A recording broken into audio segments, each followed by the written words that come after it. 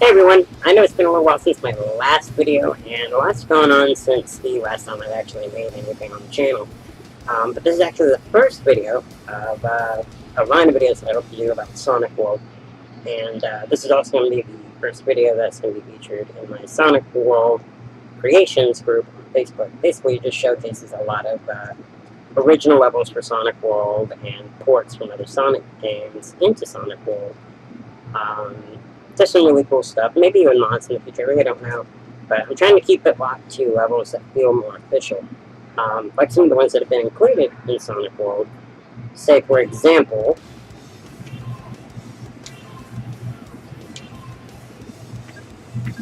Final Rush, Seaside Hill, even the Ocean Palace. I don't want to call it a port. It's a lot like Seaside Hill. It's kind of a Sonic World interpretation of the game, the level, kind of more of an inspired by using assets from that level, but making something a lot bigger because the game can handle more than what originally could have been handled on the systems of that original game was made for, if that makes any sense.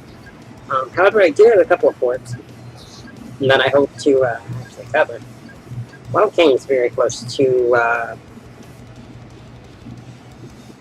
Desert King, I think is what it's called, from Sonic Adventure 3. That's pretty cool. Crisis City I don't think is a direct port either, but also very good levels. I mean, these are levels that are included, so I may do those first.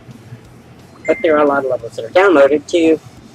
Metal Harbor is one of the ones, or one of the ones, or is, I'm not sure, one of the new levels that they added in R6.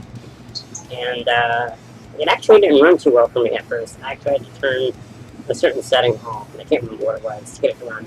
I know that I had to turn it down for Ocean Palace. I had to turn the plants completely off. Everything else runs fine, and I don't really understand. Now, the recording does push the frame rate a little bit lower, so that's a thing.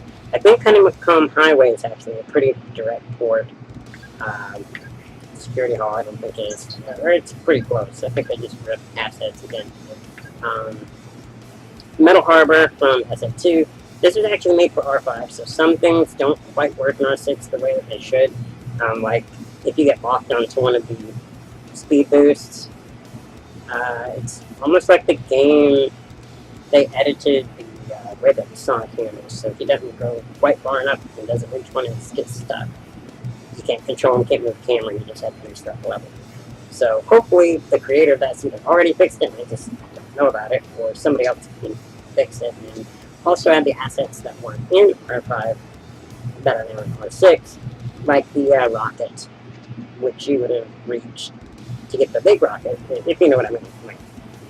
Anyway, so I'm going to do a quick playthrough of the level. Let's see if there's something quick that I can go through. I'm just going to do Seaside Hill.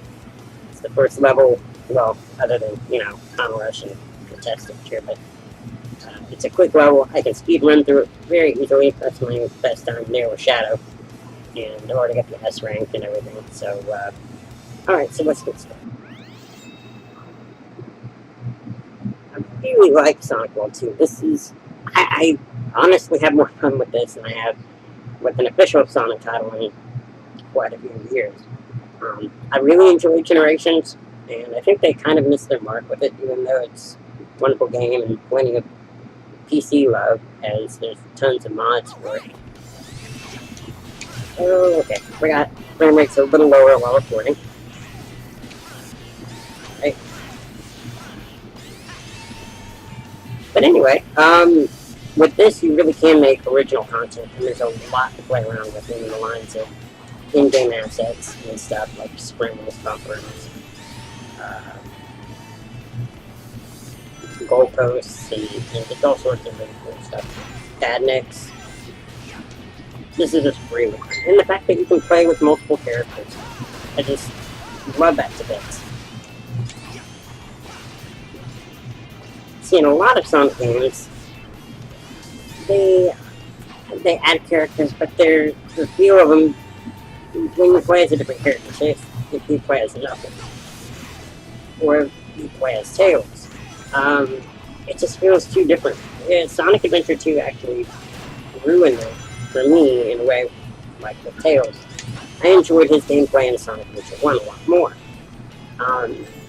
But like those water stages, I don't really think many people thought those were fun anyway, but with Sonic World, everyone kind of handles like Sonic does, but with their own attributes and special abilities. So, Knuckles is more akin to like Sonic Adventure 1 and 2. Of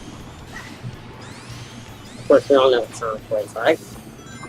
Tails, bugger. I guess Tails plays a little bit more like what he did in Sonic Adventure 1. Then you get to Shadow and Rouge, which play pretty close to what they would play like in Adventure 2. I guess you could say that they really took more cues from Adventure 2, but not just Adventure 2, but 1 and Sonic Heroes. For Sonic Heroes, I always felt like playing as 3 characters. You kind of really weren't playing as 3 characters. You were playing more as one character with 3 different character models, and you could change abilities, which, to me, it just didn't feel as separate. But with this, you really can play separately. You can play with 1, 2, or 3 characters. Make your own teams, or play with teams that are already there, like Team Sonic, Team Rose, Team Chaos. And of course, plenty of other characters that haven't even been in an official Sonic title for many, many years. It's alright.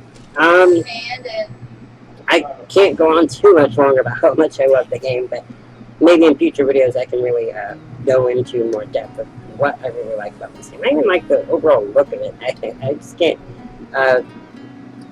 quit gushing about the game. It's a really fantastic game, and only a handful of people are working on this. I mean, granted, there's a lot of fan support. There is a community kind of base around it, but I'm just surprised that it's not as big as, or bigger than it already is. But OZ Crash definitely did a wonderful job with this, throwing homages to plenty of popular Sonic games in here. And even though there's no story mode or anything, which I think he said that they're not going to be doing, honestly, it doesn't need it. The gameplay is a lot of fun. Add your own story. That's all I can say. There's even support for hub worlds, which isn't actually like, you don't get an official one, but there is a way to make them. If you know how to make levels or edit levels, you can actually make a hub world that links to other levels in your save file or whatever, which I haven't seen anybody do yet, but I'd really like to. Like, recreate Station Square. Recreate Station Square and make the level, because I think that most of the levels have been ported to Sonic Adventure 1. Not all of them are functionable, but I think at least 2 or 3 are. So even if those aren't link stages, that would kind of fit. Like the Ice Mountain one here would work for the snow level, and Snow Ice Mountain would work for the snow level in Sonic Adventure 1. So, but that's all I'm going to do for today. Thanks for watching, and I'm really excited to be making more videos.